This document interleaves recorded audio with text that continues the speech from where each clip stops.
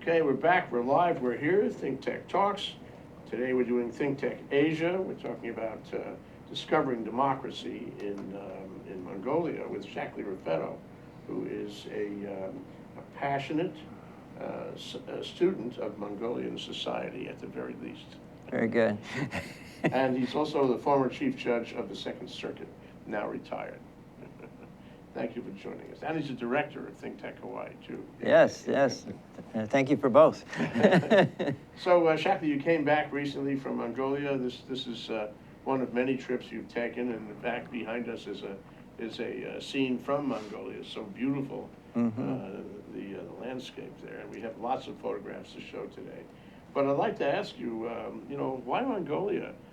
You're from Maui. I mean, why Mongolia? How do we go from Maui to Mongolia? It's a long way away. Well, it's kind of a long story, but I met some people, actually a Supreme Court justice and a justice of the Constitutional Court, two different people from Mongolia many years ago, actually in the mid-90s, just after the Soviet period. I was a part of a military training team that went to Mongolia to provide some training, and we trained their judges on that particular occasion, but I went back several times to do similar training, and I became very good friends with these two gentlemen. And I also, at about the same time, because of my international experience, created a what I called my International Court Observer Program at my court in Maui, with the support of at that time, Chief Justice Moon of the Judiciary. And I would invite foreign law professionals, like these gentlemen from Mongolia, to come to my court, stay with me for 2 weeks, and come to court every day. And in Justice Ganzori's case, he actually sat next to me with the robes on during a jury trial with the consent of counsel, and sat and viewed a jury trial from the point of view of the judge. Did he agree with you? Well, the question is whether we agree with the jury, I guess. I always agree with the jury. And anyway, we went and talked to the jury afterward. It was a very interesting experience for him, of course, and it allowed me to showcase our justice system, which I'm very proud of, and especially trial by jury. And as you know, I've gone to China and put on jury trial moot programs and so on. And in fact, I'm working on one right now to do with Justice Ganzori at one of the law schools in Ulan, Bator, the capital. And they're going to translate my materials, which includes a transcript of a criminal jury trial from Second Circuit. And we're going to put that program on at their law school. They don't ordinarily have moot type programs in their legal training. Well, let me ask you this. I guess to most lawyers it would be clear, but maybe not to everybody. Why does somebody from China or somebody from Mongolia need to have training in being a judge? Well, you take Mongolia, for instance. Shackley, can we take a break now? Yes. Zuri, I lost the sound. What happened? Now it's back on again. Okay, all right. So. Oh, well, should I continue? Yeah. Well, one of the most important things that impresses me about Mongolia and the Mongolian people is they are very serious about developing a modern democracy in their country. And they're sandwiched in between Russia and China. Neither of those countries are interested in that sort of thing, at least at this point. And so I want to help them if I can be of some real service. And I think seeing and learning about our justice system will help them understand how a successful democracy operates its justice system. And one of those things is the way we engage our private citizens in the decision-making process, with the use of juries. And to see that process and to participate in it is to understand it. When I used to go overseas with these military programs, and I try to explain a jury trial. I remember being in Albania once trying to explain a jury trial, and they said, yeah, we know about O.J. Simpson. Don't tell us about the jury trial. Yeah. And so it was a challenge, and that was one of the reasons that I wanted to have my own program, so I could actually bring people, because I realized you need to see it and experience it to really understand its value and its value to democracy. But they buy in. I guess, before you ever get there, before you ever say word one in the training, they buy into the notion that the jury trial is worth learning. Yes. Right? Yes. Yes. In fact, this last trip when I was there, Judge Gandan asked me to make a presentation to the faculty at one of the law schools, the one that's going to do the moot.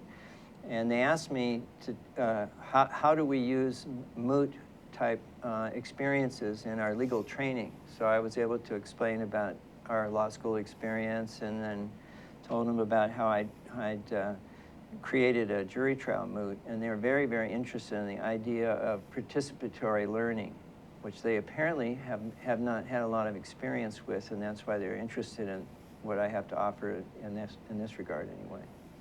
So is there something about Mongolia that appeals to you? I mean, either formally in terms of the judicial process there, or socially in terms of the people, the institutions, that makes you want to commit your time and go there and teach them?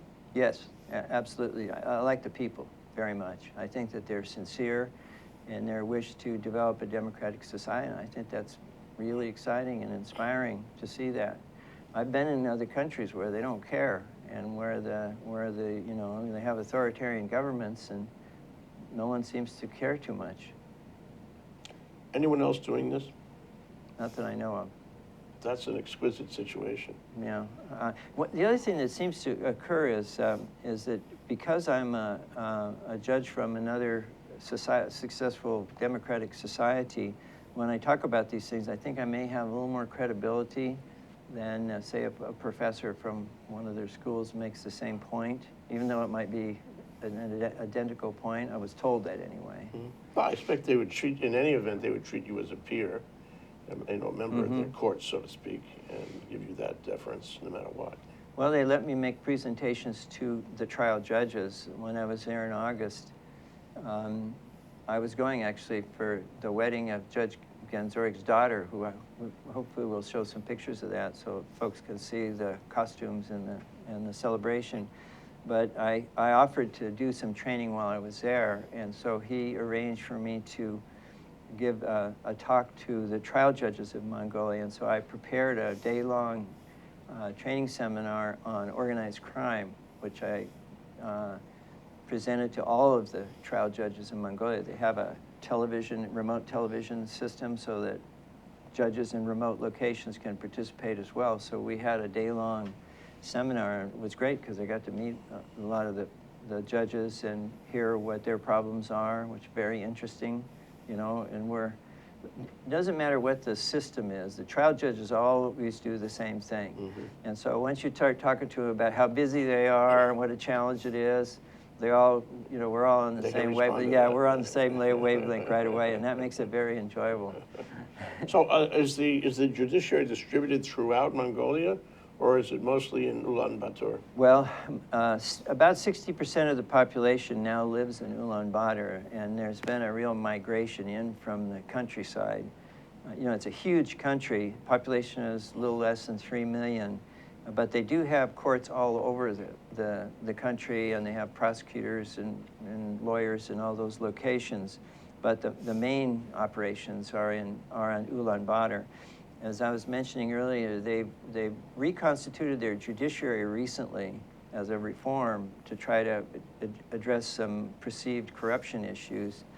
And they now have a council that operates their judiciary. Oops, I lost it. Oh, yeah, I'll put that back on it. Can I just hold it up? Here, we got it. Oh, I see it. That's right. Yeah, we're going to go to a short break now, and we'll come right back, and then we'll see some of your photographs. Okay, good. Hi, I'm your host on ThinkTech Asia, Bill Sharp. I look forward to you joining us each Monday between 4 and 5 o'clock when we film right here in our studio in downtown Honolulu. The show, ThinkTech Asia, focuses on contemporary events in Asia, and by Asia we mean anything from Hawaii, south to Australia and New Zealand, west to Pakistan, and as far north as the Russian Far East. Clearly, this is one of the most economically dynamic centers of the world. And we bring you up to date on what's going on in a whole host of countries in this very vital region. We look forward to seeing you. Aloha. Okay, we're back. We're live. Shackley Raffetto, former Chief Judge of the Second Circuit, joins us today on ThinkTech Asia. We're talking about discovering democracy in Mongolia, and you were describing, how it works there. So please finish that. I just wanted to complete my thought on explaining the Judicial Council. In our system, our Chief Justice runs the judiciary as the third branch of government, and he has the responsibility for the budget and going to the legislature for funding. In Mongolia, they've changed that. They have a committee now who are not judges, and they have the authority to identify people who can be judges. The appointment, I think, is by the president or the prime minister. But it's this council that basically manages the judiciary, and the chief judge, or the head of the Supreme Court, doesn't have that authority anymore, and that's apparently controversial at the present time. Excuse me, but it's I guess, to address unique circumstances there, and we'll see how it works. Yeah. So we can do some pictures now. Yeah, let's do some pictures. I'll be happy to share those. Okay, we're going to go through your photo album one by one, and you can describe what's there, okay? Okay, this is the Gandan Monastery in Ulaanbaatar, Mongolia. It's the main Buddhist, it's a working Buddhist monastery right in the center of Ulaanbaatar. So if you go there, you can see people there who are there for religious purposes, and also see the monks, and you can actually go inside and listen to them chant and observe their activities. It's very interesting. And inside they have a huge Buddha. It's like 5 stories high. And the story is that was rebuilt after World War II, and that during the war, the Soviets took the Buddha to melt down for munitions. Gee whiz. But now it's back, and Buddhism, which is the traditional religion in Mongolia, is in a great resurgence now. They're rebuilding their monasteries. People are entering the service of Buddhism, and so you see a lot of evidence of that. Okay, got another one? This is a stupa from the grounds of the Gandan Monastery. Okay. Next, this is other photographs of the other buildings at the monastery. You see all traditional Asian Buddhist architectural style, which I really like. I love those upturned roofs like that. Mm-hmm. This is another facility. You can also see the round prayer wheels that people will spin as they walk by as a part of their devotional activity. Beautiful building, actually. That exists in a number of, that's not only Mongolia, though, that's in a number of Buddhist countries, isn't it? Right. They have, in Mongolia, they follow the Tibetan version of Buddhism. See, there we go. The name, I can't pronounce the name.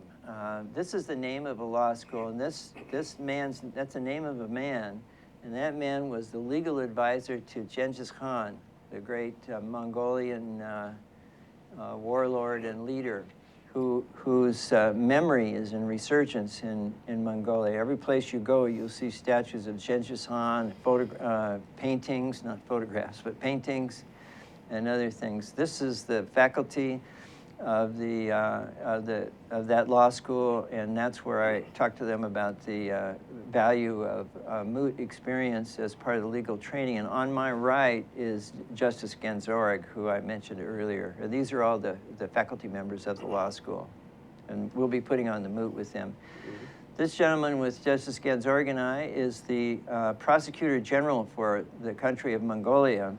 When Justice Ganzorg was here with us in December of last year with a group of prosecutors who came to Maui. He was here at this table, too. Yes, and we did some training.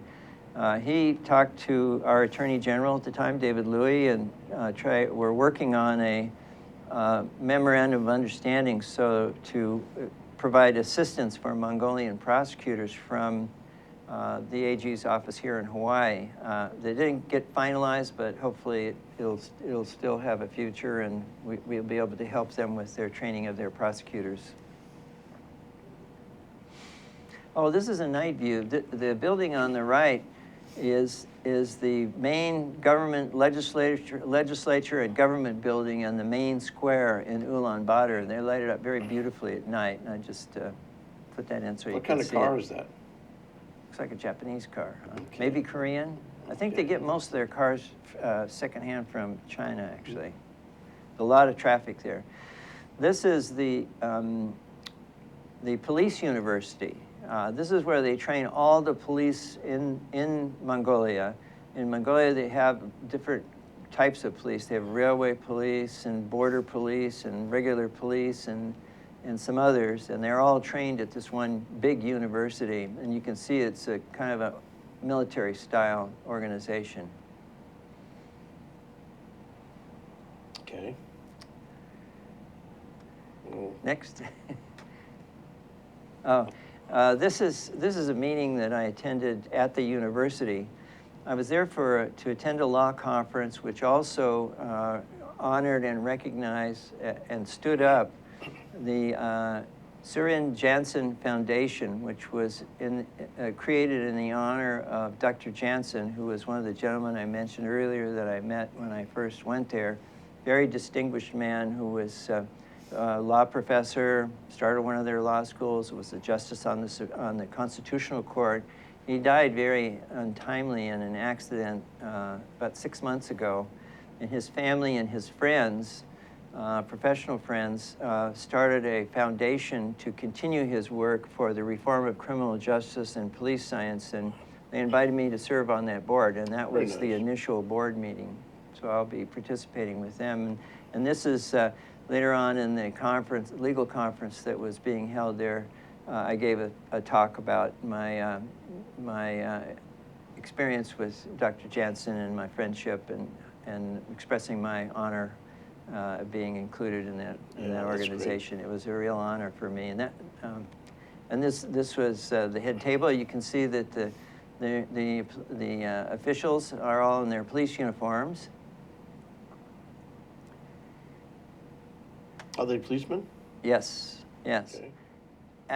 After the conference that we attended, that I described, we went to Dr. Jansen's old chambers where his office was in that university. And it was family and friends, and many of the people in attendance shared their experience of Dr. Jansen and over the years. And at the end, his wife, who's that lady there, was honoring us, some of us, with the presentation of the traditional silk scarf, which is part of the Buddhist religious ritual, which was really a great honor. And that lady is Dr. Jansen's widow. And this is the group. This is our crowd. We spent about 3 hours together. It was really a wonderful afternoon. Great honor, Shackley. Yeah, it was. I really value that experience. This is a conference I attended in November. I was asked to give a presentation, and I gave one on conflicts of interest, which was of great interest to them. And it was for law students, and there were guest speakers from Russia and several other countries in attendance. I happened to be one of two from America. It was all in Mongolian, so it had to be translated. I like this tiered classroom. That's kind of why I showed the picture. Here's a friendly Mongolian student who flashed me the victory sign when I took her picture. Very friendly. That's great. Very nice. They like Americans? Well, it seemed to, yes, Yeah? yes. This is a picture of the institution where that conference was held. It's one of the main law schools in Ulaanbaatar, Mongolia. And that's me giving my speech on conflicts of interest for government officials and professionals. Very valuable. And this is the whole group who attended the conference, just a group photo. Okay. By the way, the background photograph is a place called Turelj State or National Park, which is maybe about an hour and a half outside of Ulaanbaatar. It's an exquisitely beautiful national park where if you go there, you can go and stay at a tourist gur, GER is the Mongolian word for the felt tent, which in Siberia they call those a yurt. But you can go stay in one of those, and you'll see some pictures of those here. Yeah, we have more pictures. Now this is a different kind of series of pictures. This is not the formal part of your trip so much No. as this is taking a few days off and seeing the outback. Yeah. It's good. Yeah, we went wolf hunting actually. And this is on the way out. You can this type of camel. I don't know the technical name for this type of camel, but it's common in Mongolia and was used on the Silk Road. And you can see the vulture and maybe in the next picture an eagle. There are parts of Western Mongolia where they still hunt using trained eagles, and this was just a place where you could stop and have your photograph taken. Here's approaching the Trelj Park. You can see the unusual rock formations in this particular park, which is very very dramatic.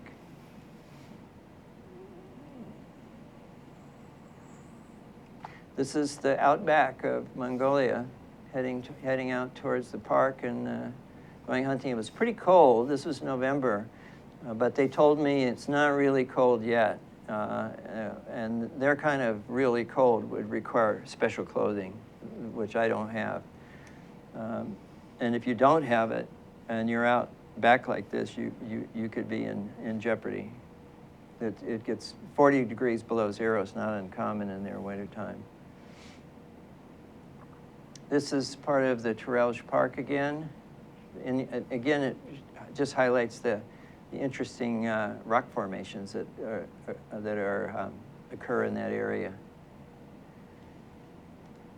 Oh, this is one of our colleagues' little girl. She was not happy about being left behind. But she was very. I had some. I took a lot of pictures of Mongolian children. They're very, very cute. Here's mom trying to pacify the little girl. Here's another one. Very cute kid. Very cute picture. And another one. Sorry. I kept seeing one cuter than the other. Here is my friend and I at our hunting site. This is a wolf that was killed by our hunting group. I didn't shoot it, but one of the group did. And wolves in Mongolia are a real nuisance and pest because they kill the livestock, and the Mongolians in the countryside rely for their livelihood and their survival on their animal flocks and herds. And so these wolves come around and they kill the animals. And so that last picture was one of the hunters skinning one of the wolves, the other wolves that was got. There it is. And the little girl wasn't too happy about that. But these hunters are very skillful people. This is a picture of a marmot, which is an animal they hunt in Mongolia. It's considered a delicacy. It's very interesting to watch this. These guys were very skillful. They would take the marmot, skin it, cut up all the meat, put it back inside the skin, seal it up, and then use that blowtorch to cook off all the hair and heat the skin for a couple of hours. And when they got all done, they served it, and it was good. Okay, well, it doesn't actually make me hungry for lunch, but let's take a short break anyway. Okay. Shackley Raffetto, Chief Judge of the Second Circuit, retired, talking about discovering democracy in Mongolia, our man in Mongolia, so to speak, Okay. here on ThinkTech Asia. We'll be right back after this short break. Aloha, I'm Kili'i Akina, president of the Grassroot Institute and host on Ehana Kako, a weekly program on the ThinkTech Hawaii broadcast network. Ehana Kako means let's work together. Think of the sad alternative, let's not work together. Here in Hawaii, with all of our diversity and the richness of the people, it's important for us to come together around issues on the basis of what's right and what's good and what's going to serve the common good. And that's what we try to do at Ehana Kako. Every week we interview movers and shakers, people in government, business, and other sectors of society to talk about how to create together a better government, economy, a better world here in Hawaii that can bless the rest of the world. I thank you for your attention to ThinkTech Hawaii, and we look forward to seeing you every Monday, 2 to 3 p.m. on the ThinkTech Hawaii Broadcast Network. We're Ehana Kako, and we wish you well. Aloha. Yeah, we're gonna should be start at nice. the beginning of the file with the wedding pictures Yeah. and see if we can't find some of those. So we're If gonna look she- at some more pictures now. If she opens the ThinkTech file The ThinkTech file, and goes from the beginning. go from the very beginning of that, we'll see some wedding pictures, which is, I saw them and they were great pictures. So there was, Okay. here's some pictures. Are we back on? Yeah. Oh, okay. This is a photograph of the dress uniform for the Mongolian honor guard of their military, and you can see they capture the tradition of Mongolian style, which is a very unique, I think. This is a huge statue, which is on the way to the Terrells National Park. It's made of metal, and you can go inside, and there's a really nice museum downstairs. But it's enormous. It must be 6 or 10 stories high. This is a stylized photograph. On this trip, my friend, who is a professional photographer, also took this photograph. Ray Maines from Maui. He came along, and it was my contribution to provide the professional photographer for the wedding that you'll see photographs of here in a moment. And he took this photograph. It's a very nice photo. This is a gur. In Russia, they call it a yurt, which is at the site where the wedding took place. You can see it's a very lovely site. This is another view of it was a gur camp. And no one lived here. You could go and stay or rent it for special events. In this case, our host, Justice Ganzorg, and his wife rented it for the purposes of their daughter's wedding. And their daughter, who I've known since she was a child, here's Justice Ganzorg in his traditional outfit. The cowboy hat is from Texas, where he has a lot of friends. And University of Texas, I think it is, has a Mongolia program, which is pretty active. So he has a lot of friends in Texas.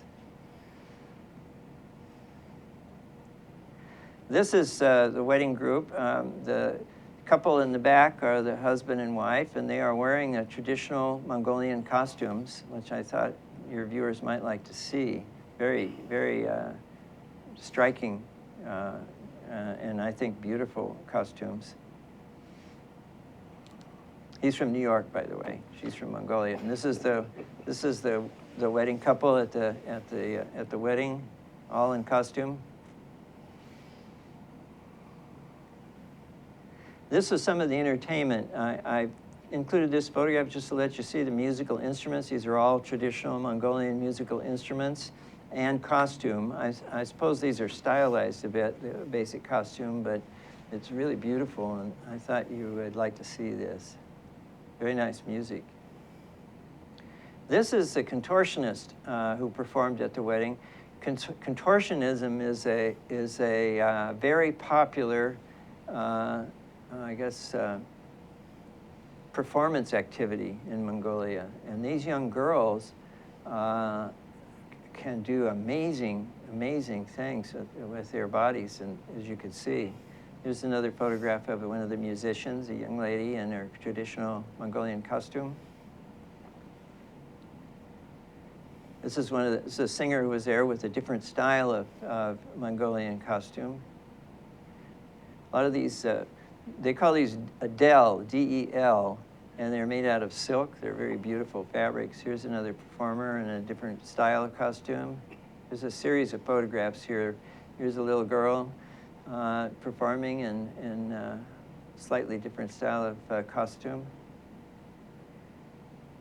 And here is another group of performers in yet another style of Mongolian costume.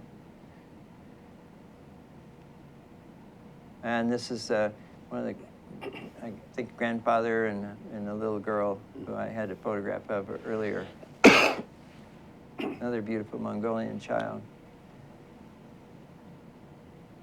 And this is one of the gentlemen. The next day after the wedding, there was a traditional Mongolian tea ceremony, which I'd never heard of before. And that's performed, and I have a couple of photographs of this. And many of the Mongolian people dressed in their traditional costume in a special tent. This is the bride who is performing the Mongolian tea ceremony. And you can see her costume is different than the day before. And there she is preparing the tea actually has some butter or fat in it. And it doesn't sound good, but it's actually very tasty, especially on a cold day.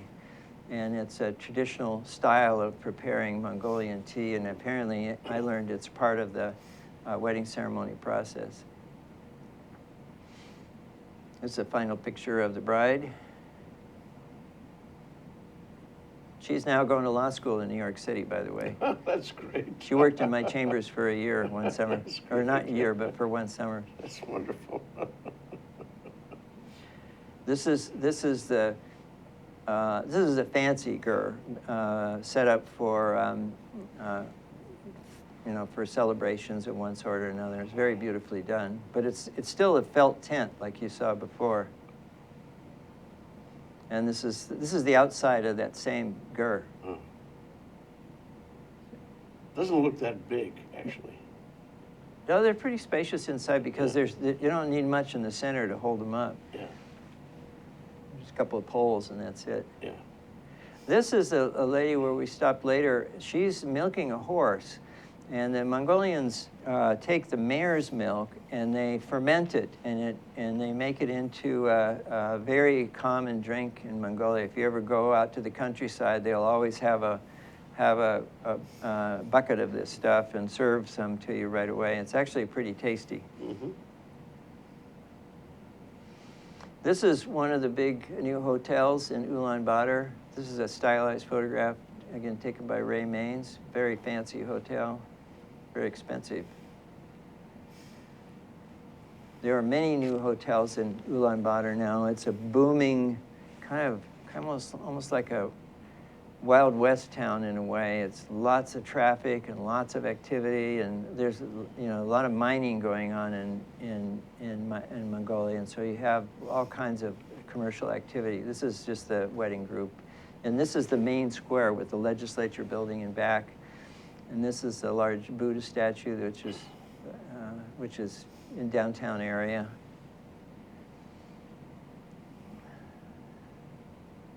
This is again the photograph of the camel with a little girl.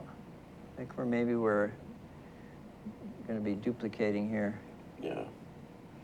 Sorry, I got those a little bit out of order. Sorry. That's okay. Well, we're getting the flavor of the trip. Yeah. It's a very rich experience that you had, and it strikes me that these people are friendly. Yes. They're interested in the U.S. They're interested in democracy. They want to have as much of a presence here, go to law school here, Mm-hmm. learn about the jury system, learn about,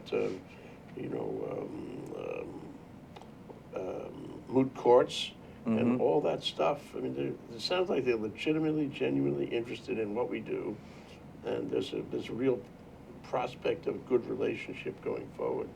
Yes. And you're part of it. You're the connection. Well, if I could be of service, that's the main key for me. Is I wouldn't want to go there unless I could actually be of some help.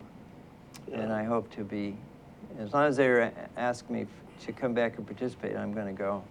Well, how do you see them? I mean, what is it to be Mongolian?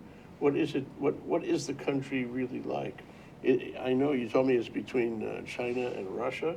It looks like it's much more Chinese than Russian, although it seems like Russia has had a huge influence in the last, 50 years. Yes. Well, historically, Mongolia was part of the Communist Revolution, which began in the 1920s in Mongolia, around that time frame. They were never part of the Soviet Union officially, but they were dominated by the Soviets, and so they were basically a communist dictatorship during that period until the fall of the Soviet Union. But now they want to make a break with that past, and they still struggle with the vestiges of that past, of corruption and so on. But everyone I know and that I've dealt with is very serious about about changing their culture into, or their government into a democratic government, and getting rid of that old system, and bringing back Buddhism, and bringing back the strong parts of their culture, the recognition of Genghis Khan as one of their historic heroes. And as I say, Buddhism, rebuilding all their monasteries. Now, one challenge they are facing is people are moving in from the countryside into the city, and they have these huge ger cities, they call them, where people come in. Mongolia is very self-sufficient in a lot of ways, and this, I think, is a hopeful thing too, is that you have these nomads who are very self-sufficient people. They're like people in the Old West who lived out on the frontier and took care of themselves. So they're independent-minded people, which I don't think is true in some of the other countries. And so I think with that kind of a mindset, I think, lends itself to democracy in a interesting way, I think. And so what's happened is 250 or 300,000 of these people have moved into Ulaanbaatar, and they're trying to struggle with rehousing them all and finding jobs for everybody. And as I say, it's a country that's rich in natural resources. They have coal, gold, rare earths, uranium, all those things, maybe even oil. And they're trying to develop those for the benefit of the Mongolian people, which is a real challenge, especially if they're trying to reestablish or establish a democratic form of government at the same time. Sounds like there must be environmental issues attached to all of that. Mining throughout the country, you always run into environmental issues, Yes. especially in a pristine environment like what we've seen. Yes, yes. If you see pictures of the mines, I don't have any, but the mines are these huge open-face coal mines that are enormous, just huge. And I don't know if there is a plan to reforest that land when they're done or what. But it creates a pollution problem in Ulaanbaatar in the wintertime because they burn coal to warm the gers and to cook with, and it's situated in a valley, so that the pollution hugs Inversion, in. Yeah. So it's a challenge for them. Do they become what do we call it, political objects for China or Russia, who want their resources, who want their minerals, and who could conceivably be imperialistic about it? Well, I think they have a balancing act on their hands to survive with those two huge countries on either side. And you have China to the south and east, which is enormously energy hungry. And Ulaanbaatar and Mongolia has these enormous natural resources, so that's a natural market for those resources, and also a draw for people in China who maybe want to corner the market on those natural resources. So they need to watch out for themselves. Yeah. And training a cadre of smart, modern lawyers is, in my view, a very important part of that process. Protects their assets. Absolutely, absolutely. Yeah. What about their relationship with the U.S.? At this table we've seen Al Laporta a couple times. Yes, I met him in Mongolia years ago. Yeah, nice guy. Yes. A former ambassador, loves the country beyond any other country in Asia. And I just wonder, judging from you and from what he said, the Mongolians really like the U.S. They treasure their relationship with the U.S. They want to be as close to us as they can. Am I right about that? But I think that's true. We have a big embassy there, and which is active. But I think that they can be an example to the smaller Asian nations in Asia, if they can become a successful democracy and balance their relationship with these other big nations. I know that they host the Russian, top officials and the Xi Jinping and one after another, and so they try to. They're aware of the. I don't want to use the word precarious, but their unique position between these two huge countries, and I think that to have friendship with the U.S. is very valuable for them as well. What about American businesses? Do you see American brands around? Do you see American factories, American products? Well, I see things like fast food, You see that everywhere, no? I think the mining largely comes from Australian firms because that's a country that has large natural resources and is very experienced in the mining business. Mhm. I think that the big mining interests are Australian. Strikes me, Shackley, that what you said is really interesting, namely that if they can get a handle on democracy and the best judicial process they can possibly have, they're going to be able to manage their assets better, manage property rights better, manage business better, and you don't need armies for that. You just have to have good courts for that, hopefully, and then at the same time they become more interesting to us. They become more akin to us, so we can have more confidence in them, better relationships with them.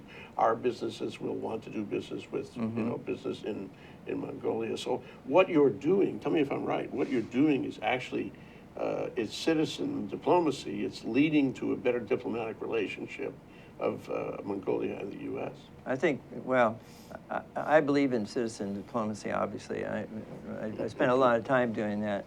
And I think it's very valuable because if you can go and make a contribution without there being anything in it for you necessarily, then you've shown that you can be a friend. And I hope other Americans will come to Mongolia and with the same mindset and the same desire to make a contribution, because these folks, as I say, I'm convinced they're sincere about it, and I think that they should be helped. Yeah. Well, if you're interested in learning more about Mongolia, if you're interested in going to Mongolia and doing the kinds of things that Judge Raffetto has been doing, you should check in with him. How can they find you? Oh, well, I'm listed in the phone book and the bar directory. That's easy. So one last question, Shackley. What's the future of all this? I mean, you have a trajectory on it. You've been visiting there for a long time, for a good part of your life, actually, yeah. serendipitously, from one way or another, and you've seen it grow, you've seen it change, you've seen it improve, you've seen it warm to American influence. But where is it going, and where is the relationship going between the U.S. and Mongolia? I think the relationship with the U.S. is going to continue to grow. It's a long way away, is all, and it takes some effort to get there. But once you get there, you're well rewarded because it's a beautiful, beautiful country with lots of very interesting things to see and experience, and the people are very friendly, very positive towards us. And so I hope more Americans will go there. Me personally, I'm going to continue to make a contribution wherever I can. I've got a couple things right now planned for the future. And I find that every time I go and do something and something else comes up, and somebody asks me to do this or that, and I think the embassy is interested in supporting some of my efforts, so I don't have to pay for all this myself. Maybe that could change. But that's okay. That's okay. That's my contribution. Yeah. Well, when they come here, or when you make another trip and come back, I'd like to debrief with you again. Oh, thank and you. get all those photographs and meet all those people and just sort of document your travels and adventures and your discovery of democracy in Mongolia. Thank you, Jay. Thank you. Thank you. Shackley Raffetto, Chief Judge of the Second Circuit, retired. And he is, as we saw, a passionate student of Mongolian society.